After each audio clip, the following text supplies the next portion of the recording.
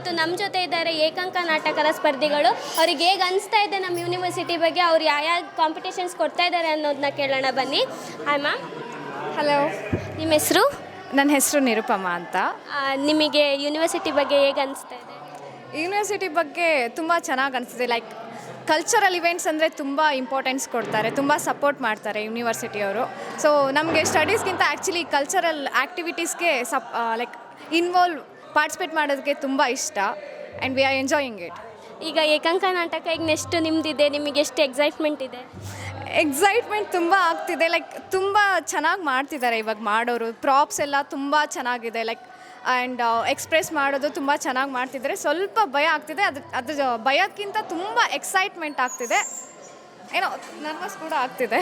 ಯಾವ ಥೀಮ್ ಇಟ್ಕೊಂಡು ನೀವು ಏಕಾಂಕ ನಾಟಕ ನಾವು ಇವಾಗ ಡೌರಿ ಸಿಸ್ಟಮ್ ಇದೆ ಅಲ್ವಾ, ಲೈಕ್ ಏನೇ ಕೆಲಸ ಆಗಬೇಕಂದ್ರೂ ಡೌರಿ ಕೊಡಬೇಕು, ಲಂಚ ಕೊಡಬೇಕು. ಸೊ ಅದು ಇವಾಗಿಂದ ಜನ್ರೇಷನಲ್ಲಿ ಅಷ್ಟೇ ಇಲ್ಲ, ಹಳೆ ಕಾಲದಿಂದನೇ, ರಾಜರ ಕಾಲದಿಂದನೇ ಬರ್ತಿದೆ ಅಂತ ಆ ಥೀಮ್ನ ಇಟ್ಕೊಂಡು ಮಾಡ್ತಾ ಇದ್ದೇವೆ.